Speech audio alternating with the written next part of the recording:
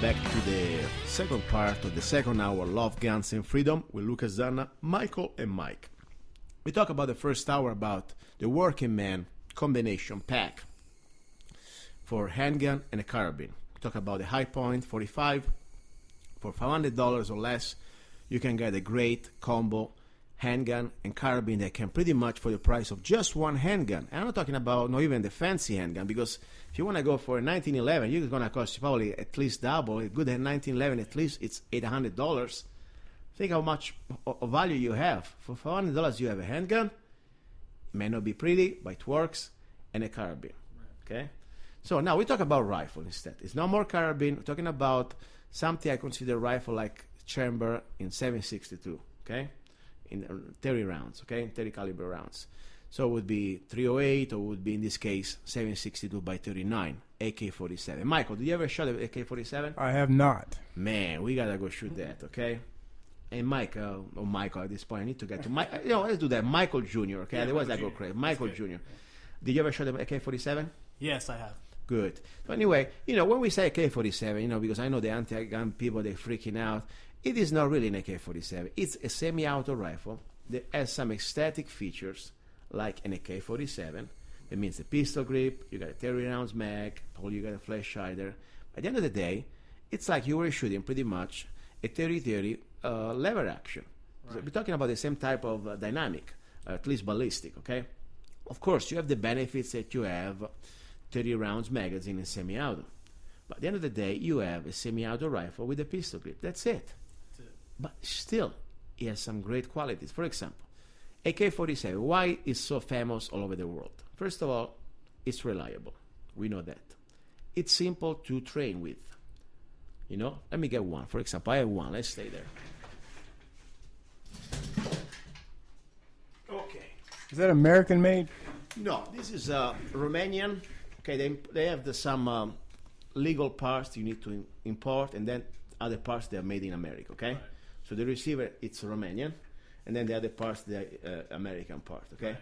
This is not exactly what you call the standard AK-47. It's kind of an advanced version. It's Romanian, but it was sold on Bud's Gun Shop, and it has also some custom characteristic. One I like very much is the adjustable rear sight. It really helps a lot when you want to zero it. Then you have, for example, as you see, a sort of rail guard here that you can put lights, or you can put different type of equipment. Great. And also like the pistol grip. It's not the standard size, a little bigger, especially for my hand. And the barrel, I think, is very well done. It's forged barrel. I mean, it's like a high version. But the point is, AK-47 is supposed not to be what you call a sniper rifle. It is, though, a battlefield rifle. Okay, you start to go in that environment. An infantry rifle. Infantry rifle. It's so used to call the real version, the full auto version, at least with a switch selector version, is called assault weapon. Exactly the difference from what these people are trying to tell us, that we have assault weapon. They are not assault weapon because there is not the switch selector to full auto. This is still a semi-auto rifle. Right. But there is also some benefit in that. What I like about this, first of all, in semi-auto version that we have as civilians, unless you want to have a special permit class 3A, that would be very expensive and I think it's not worth, in my opinion. This one, you can be, first of all, accurate and save ammo that if you were in full auto, you would not be able to afford as a regular man, okay?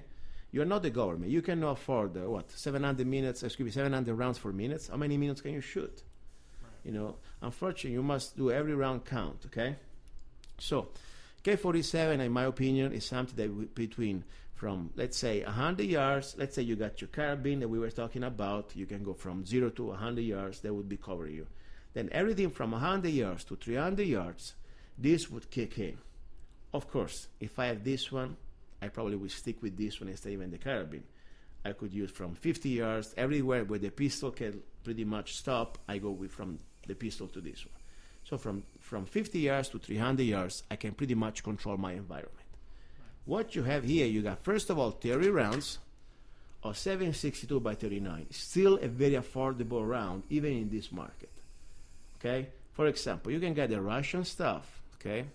The Wolf, for about $220, a box of 1,000 round.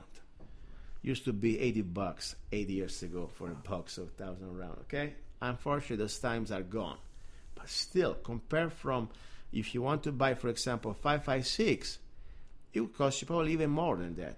At least $250, $260 a box of 1,000 rounds, steel case, Russian stuff. I'm comparing Apple with Apple, okay? Right. Not going brass. So for $20, you pretty much almost cost you as much as you would pay for a regular handgun ammunition. For example, if you want to buy 45 ACP Russian rounds, it would cost you more. At least probably $300 for a box, for a case of 1,000 round. Now the Russian F45 ACP that we were talking about for the high point handgun or carabine, it's at least $15 a round. And you still work with a handgun cartridge. Right. So let's put it this way. If I have to do one thing only, and I'm really strapped with the money, but I know that I can cover everything, I would get first the rifle. It's like an all-purpose rifle. All purpose. Of course, there is a limitation. When you go to work, it's a little more difficult to conceal a rifle. Or if you're going into Walmart. Yeah, or something exactly. Like that, you can't conceal it. So you need to always, in my opinion, have a first a gun, Right. especially in this regular world where we live. Right.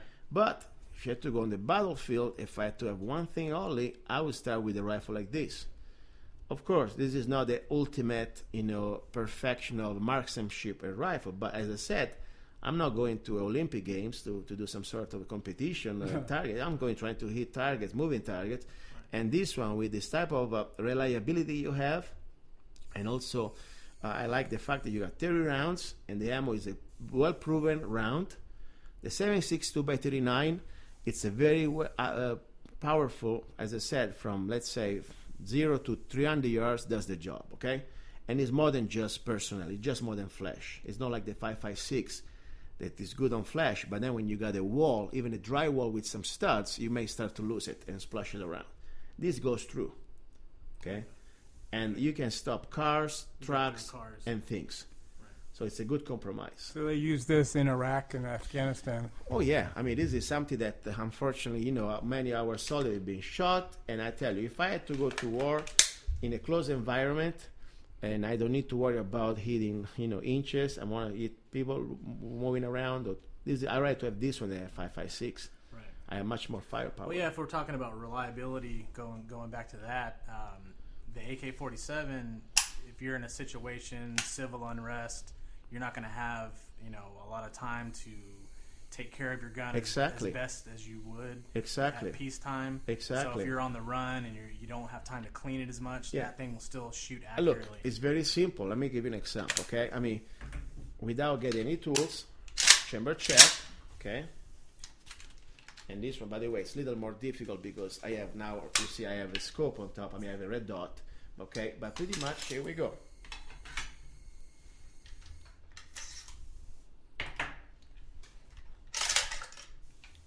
Done. That's it. Okay? And don't forget, there are not many parts to break. Right. There are not many things to change. I mean, if you don't have to worry about, oh my gosh, I'm going to have something broken pretty soon, or there is some dirt there. You clean it like that, you can clean it and take care of this. Yeah. So AK-47 would be my first for the working man. If you have to think about one rifle that you can defend your family, defend your freedom, I think would be the first thing. It's not going to get you qualified probably as a rifleman. That means be able to hit at 500 yards, 20 square inches. No, you're not going to. You may. People can do it, but it's going to be very much more difficult. You need to, at that point, to start to work in the realm of 7.62 x 51, a 308 cartridge, because this is not enough power. It's going to have a drop after 300 yards. So how often are you going to have to be in that position that you're going to have to shoot Exactly. 500 yards? That's my point. It would be nice if you could do that. But at first, let's try to get it 200, 300 yards, okay? I'd rather to have a million people that they know how to hit 100, 200 yards, Right. and then we can get to the rest, okay? Yeah. But yes, there would be an extra thing to think about. So there are different places. I'm not going to tell you where to buy, but if you live in Arizona, I tell you, if you can drive to JG Sales, we were talking before, it's a great opportunity. And because I really believe they got a great assortment and prices. There are different type of AK-47, different type of countries, Russian, Romanian, Chinese. I'm not going to tell you exactly which one is the best. You got to go there see exactly what you can afford. But you know that between $400 to $700, you can get a very reliable, good AK-47. Okay. Can you buy this gun in California? No, you can't. You can't. Unfortunately, California is way gone. What you could do in California, though, when I was living in California many years ago, my first rifle was an SKS, Yugoslavian California approved, and you still have the same type of ballistic with the K47 because you can still shoot. You still shoot in 7.62 by 39. Right. And if you have a train, there are stripper clips, 10 rounds from the top, you can be very fast in loading them up, and you still have affordable ammunition. You still have the same ballistic, maybe even a little more accurate, okay? And nothing wrong with an SKS, okay? But if I had to pick between SKS and AK, I would go with AK. The simplest reason why, first of all, I have a very easy way to load up magazines, and you got 30 rounds instead of 10 rounds. So you can't even, if you live in California, you can't come to Arizona and buy one, then take it back to California. I'm not going to give you legal advices, but definitely no. Okay, that would give you big trouble. And okay? it's the same way in like Illinois, New York. Yes, the same way. So, I have a policy. I don't go to California. Exactly. Now, we are broadcasting, by the way, we love K-Talks, thank you for the opportunity to be there and start me up and the opportunity. But now, thankfully, I don't need just to, I'm talking about guns, but also I'm touching guns, something that I could not do that in California. So now we really have the right here to have guns in the studio, okay? So I'm pretty excited. And as I say, I feel sorry for the people of California. This is your fight. I pray for you. I hope you can find out a way to remove these politicians. I'm kind of, unfortunately, I think at this point, in California, it's almost strategically, you need to lose a battle to win the war and to regroup because it's way too gone. Unfortunately, California, especially the biggest cities like Los Angeles and, of course, LA County, is being taken over by illegal aliens. And, these human beings, as much as I feel sorry for some of them, that they came with desperation, they've been used as pawns of the globalists. They don't have the background, cultural, and education that we have as Americans to understand what the Bill of Rights means, what is the Second Amendment means. All they want to do is come here to work as slaves, because that's what they're doing. They'll be used like slaves by corporations and also by the Democratic Party. And at the end of the day, though, they use them as the polls. And that's why they can have this type of legislation, because they have pretty much now in Los Angeles, the majority, they're illegal aliens. In Mexico, you don't have a Second Amendment. And so in the south of the border, all they want to have is a piece of bread and be thankful about it. Well, they want to ban really all semi-auto. And correct me if I'm wrong, that would mean everything except a revolver and a single shot. Yeah, right? and they wanted to ban just last year also the Ruger 1022 just because it was semi-auto. I mean, even Governor Jerry Brown realized it was out of control. He had to stop it. He vetoed that. Yeah. But it's going to happen. It's going to happen. So anyway, now we got K47. It's a great rifle. Shop it around. Don't be afraid. Don't think about the name is going to jump on you. It's just a semi-auto rifle with a characteristic of a steady characteristic of the K47, but it's reliable. Now, AK74, okay? It looks exactly the same, maybe a little lighter, and we have one here also. The difference is the cartridge, okay? We use a 7.62 by 39 for the K47. We have 5.45 by 39 for the K74. Now, what does that mean? It's still going to hit you, okay? It's still going to hurt you. Yeah. In my opinion, though, if I had to pick one only, well, I have both, so I don't even really know what to say. But there is a pro and don't in everything. The K47, when you got like a 7.62 by 39, you got at least 123 grains or more of weight in your bullet. It's a heavy bullet, okay? So pretty much you feel it, even into things, there is pretty much good damage. But you have some limitation. There is not really much. After 200 yards, you're going to start to have a little dropping, more than the K74. A K74 is the ballistic. Technically, it's almost like an AR-15, like a 5.56. Right. You have 53 grain, much lighter. We're talking about at least half. But when you buy especially Russian surplus and marked down, not just the regular brand new ammunition, talking right now like the Russian Wolf or whatever. Talking about the Russian surplus steel core with the air pocket. It used to be very cheap. It used to be like for 880 rounds, spam can, talking about $120. Wow. That was great. That's awesome. Now the double, still affordable though. Right. But you have very accurate round. It keeps a very flat trajectory, at least till 300 yards, more than the AK47. Right. And then you have this steel core element that you cannot buy anymore in the 762 by 39 unless you find some no-wrinkle surplus that they were already banned by the Clinton a long time ago. And now if you want to buy 762 by 39 steel core, they cost at least $1 a round. So 545 by 39, they're still allowed into the country, a surplus, and you can still buy for affordable price, and they have this sort of air pocket. It means the bullet doesn't just hit, it tumbles.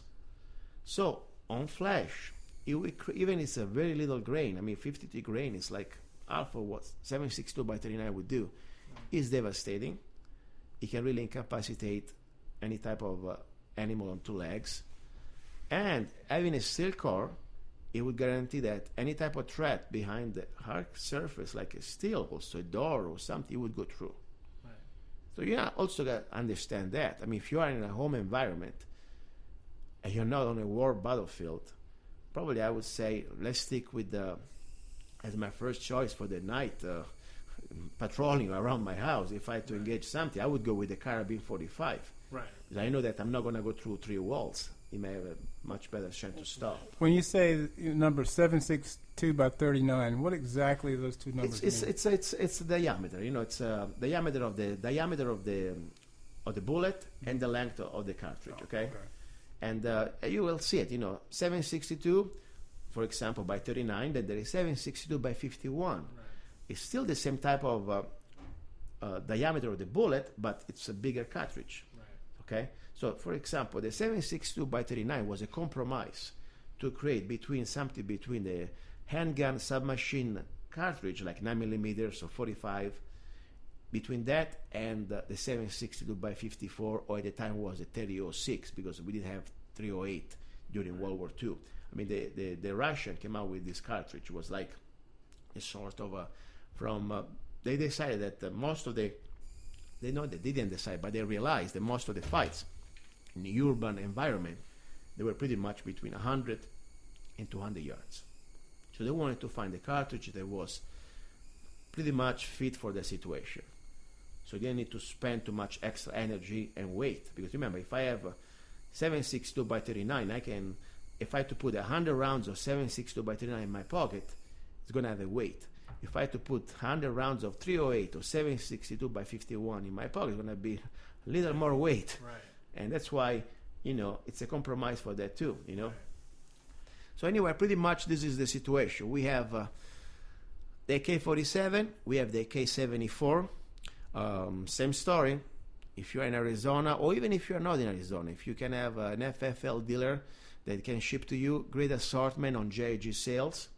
They got great selection. I bought most of my AK at JG sales. I mean, I like to go there. It's so much fun. You spend half day, you drive, you party time. I mean, used to be when I think America used to be really, not even 6 years ago, 7 years ago, okay? Right. I mean, you can still do that here now, but prices went up, but hey, I think it's going to get even worse pretty soon, okay? I think one thing also that we didn't hit on was buying a gun with a popular caliber in a time of civil unrest or crisis. What are you going to find more readily available when you're scavenging or come across, other arms, bullets that are going to be less rare? I think makes a difference in choices. Yeah, I agree. I mean, honestly, it's never going to be 100% safe solution. That's why I like to have several guns. Right. I mean, but sometimes you got to stick. Let's say, they put it this way: if I had a rifle, one rifle only, right, I would focus myself to have spare parts. Right. And have as many ammunition as I can. And when I say as many ammunition, I'm not talking about a couple of boxes under the bed. I'm talking about at least for each rifle 10,000 rounds. Right. I know when I say that, probably in California or Massachusetts, they say will probably call the police on me. I mean, I heard stories just because somebody had a couple of rifles and an air pistol in his car, they call it an arsenal. I mean, okay. I mean, Guess what? This is Arizona, and Right. no big deal. But yes, whatever rifle you have, I rather to have maybe one rifle less, but I have more ammo. Because for every rifle I have, I want to have at least 10,000 rounds. Because at that point, every cartridge could become scarce. Doesn't matter which one. Right. If I like to keep it simple, though, for example, that's why I stay away from hunting cartridges. All these, I mean, don't get me wrong. I mean, hunting cartridge in their good hands, it's a bullet like anything else can be devastating. Okay, but sometimes life is difficult already. Keep it simple. Right. 9, 40, 45. Right. 5.56, 7.62 by 39, 308. Right.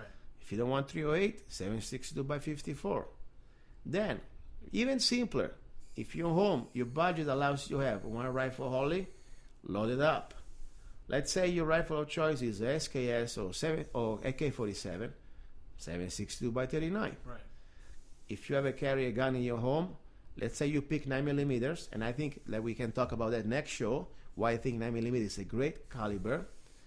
And of course, every caliber is great if you're a great shooter, don't get me wrong. But I'm talking about especially now with the economy and in case of emergency, you can find 9 millimeters even in some sort of, I don't know, part of Africa that in every Right. Walmart, everywhere, Everywhere. okay? And they're still the cheapest ammunition out there. Right. And you need to train.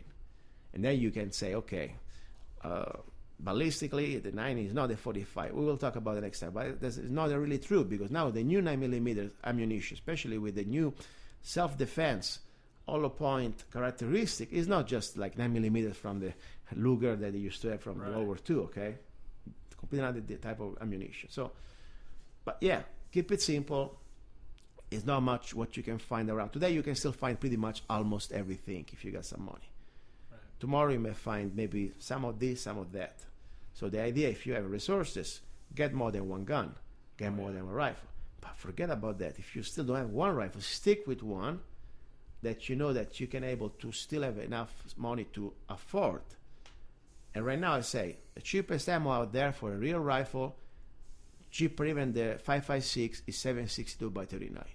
In my opinion, you have still more firepower because 5.56 is a great cartridge on flash. Right. Huge limitation on objects, Right. walls, cars, That you need to glass, get through to get the flesh. glass. And if I have to only one rifle only, I may not be able to afford a 308, but I can afford AK47. Right. Or variation, as I said, AK74, if you're able to have access to the steel core surplus Russian 545 by 39. So pretty much this is the show. Any questions you have, guys? Weren't the government talking about having to register even your ammo at one time, Oh, there are or some stamping it or something? there is already something going on. I mean, some state, the California, they're trying to pass the law that you must. I think it already happened there. You must have when you go buy the ammo at Walmart or wherever, you must have a card. I mean, there is a lot of legislation out there. Listen, guys, it's getting out of It's control. not even America anymore. Okay, this is now part of the plan. Okay, we know that. That's why I say you gotta pretty much now think that anything can change everywhere tomorrow. Okay, they can make a law that you must jump in the lake. Is that something you're gonna follow just because they say so? I mean, Right. they infiltrated our system. But meanwhile, we still have a chance, especially in states like Arizona, Texas, and many other great states. By the way, Arizona is the first state for gun rights according to Gun and Ammo of this year, 2014. So don't go away. We will talk next hour about love. It's going to be about food and great idea, delicious and very efficient and cost-effective recipe. Spaghetti, aglio olio, e peperoncino. And yes, the third hour is going to be about food. Don't go away. You've been listening to Love, Guns, and Freedom with Lucas Zanna, Mike, and Mike Jr. Stay there. Ciao.